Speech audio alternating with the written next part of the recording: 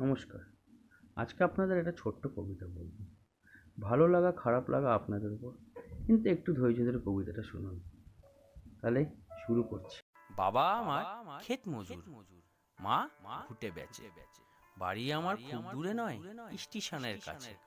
আছে আমার বড় দাদা, আছে ছোট্ট ভাই। মিলেমিশে পাঁচজনেতে থাকি মোরা সবাই। পুরো চার মুঠো ভাত পেটে পড়ে না, পড়তে যাই না তাই। কাজ করে দাদা ইট ভাটায়, দাদাকে ওরা খুব যে খাটায়।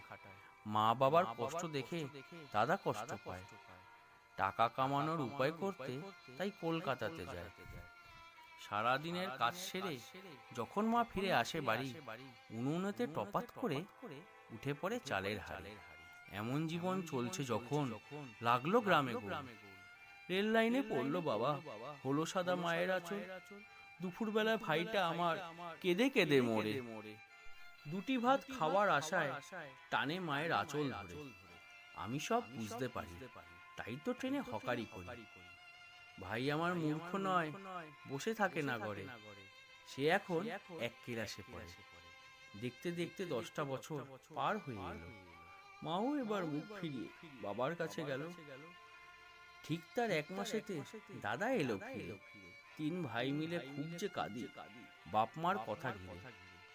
ভাই গেল চলে দাদার সাথে উচ্চ পড়ার পানে। আমি রয়ে গেলাম আমারই গ্রামে, আমার ভিটে মাটির টানে।